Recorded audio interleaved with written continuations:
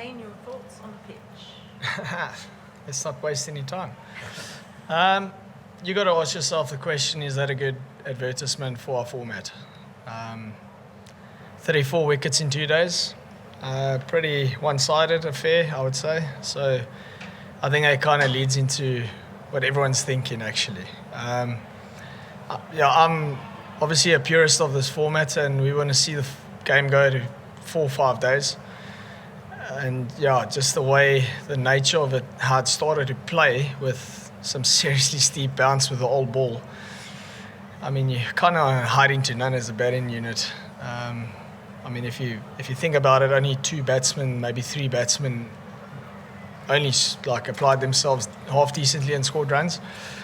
So I don't think it was a very good test wicket. No. Just on that, do you think it reached a point today where you call it unsafe, or was it heading in that direction just to be a batter on it? I did ask the umpires when it was a KG got head out down leg. I mean, I said, how long does it go on for until it potentially is unsafe? And then Nortje was bowling those short ones that were flying over our heads. So I know the game was dead and buried. It was never to try and change or put a halt to the game, no doubt. But I don't know, that's obviously where the umpire's discretion comes into play, not us as players. It's a tough one. It's a tough one to answer, really. The way Nortje bowled at the end there, especially, was that you were settling down pretty quick and pretty short. Was it even though you probably couldn't win at that point? Was that a point to prove from your point of view in terms of what message you were trying to send there? Yeah, it was obviously, let's try and see if we can open some old scores. Purely just bring in our intensity and maybe get them 3-4 down, and those batters going into Melbourne with maybe a little bit less confidence. It worked out nicely. Result aside, I guess it was one of the game plans that worked out for us over the last 2 days. Can't say there were many, but at least that one did work out for us. The way the pitch was flying sometimes, was it because it was a bit soft initially and did it with the ball, or was there divots? Yeah. And then what happens is the edges of the divots actually start to get harder, and they become a little bit more abrasive because the wicket starts drying out. Back home, the wicket's also prone to create those divots, and it becomes a handful. But generally, that only happens later on in the game, where those divots actually start playing quite a big role. This one seemed to start yesterday already. Again, I'm not a curator of a field. I wouldn't know how to prepare a cricket pitch. But it was interesting to see how quickly this one actually did start divoting, and how quickly the ball sped up, especially the new ball. And also today, the older ball was flying through, which shouldn't be really happening. The divots definitely had quite a big role to play, especially with the sideways movement, and then up and down, and then obviously the ball that's got that steep bounce, which is quite something to face. Yeah, but the game was as good as finished, I guess. I'm definitely not going to say it was unsafe or it wasn't safe. I'm not going to refer to that, no. What do you take out of that Bravada spell at the end? I know the game was gone, but look, you might have left a message there for the Australians. What do you take out of it in your team? Confidence, I think, is obviously a massive figure for us not just in our bowling group, but within our 16-man squad. When he puts his hand up like that, I mean, it's difficult not to follow that. So I think what you'll find is that really got Nortje fired up as well, and he was starting to crank it up even more. So those are nice things to have within our ranks. Hopefully that can inspire our batting unit to get their heads right and to knuckle down and get some performances under their belt for us come the next game. When you asked the question of the umpires about the safety of what's going on out there, did they give you a response? No.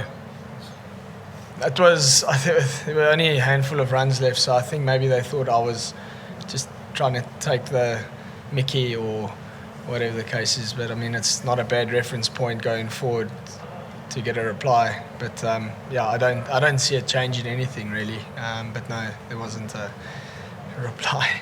Can I ask you, it's also about, maybe opening up some mental scars for the Australian batsmen going into the next test.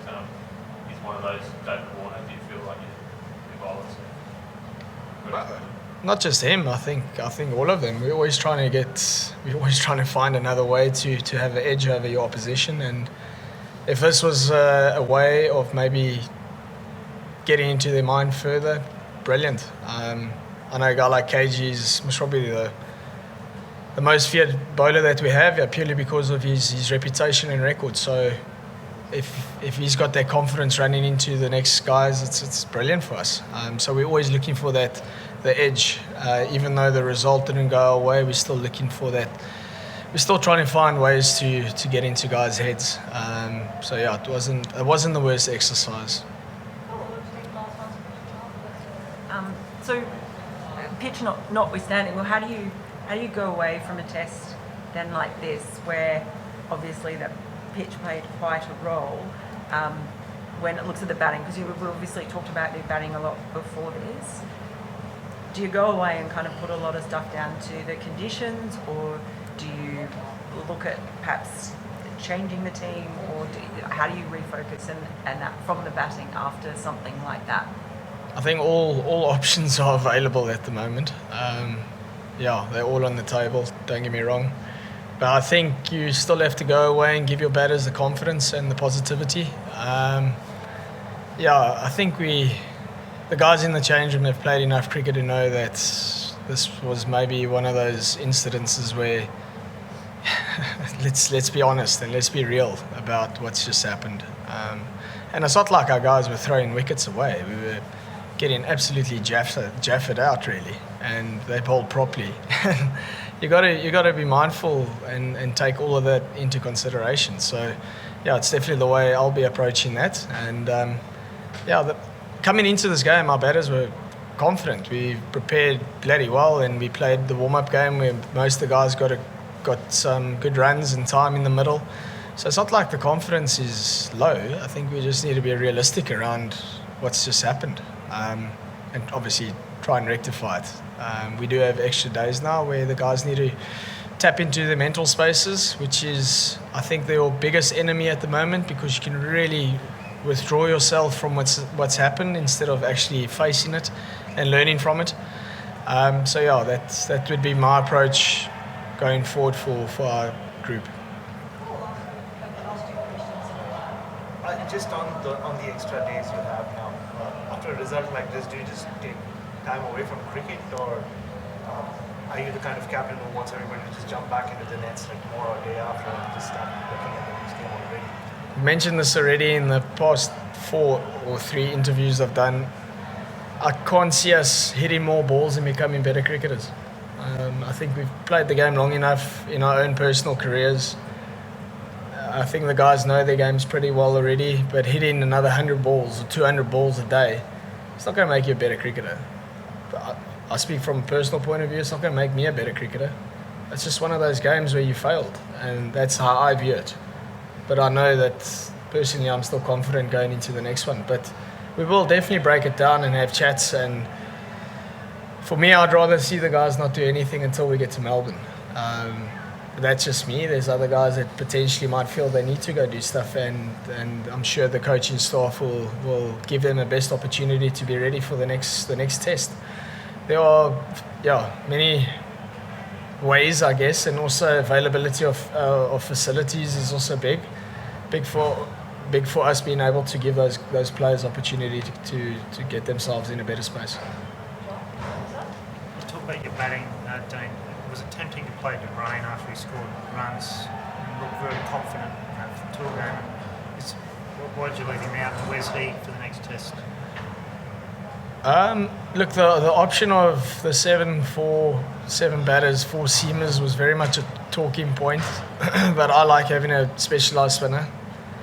We didn't even get to day 3, let alone day 4 and day 5 where the wickets most probably are going to start to spin. So Kesh's role was kind of nullified by the game being ended in 2 days. So I'm still very much a captain who wants a spinner because he gives us a lot of control and he allows our seamers to have that extra break where you can rotate them from the one end. Yeah, it's tough to rotate 4 seamers the whole time. If you go with a 7-4 split, again, all options are on the table going into the next one. I think you have to be open-minded because you have to make the right decision for what you feel is necessary at that point in time or for that specific game. The Brainy is obviously the next batter in. He's massively in a great space, I know, because I'm his teammate back home as well. So I know he's he's got a lot of confidence and he's scored runs back home and he's scored runs now in the warm-up game, which is great. And so I know he's a guy that we can bring in potentially who's going to give us that extra boost.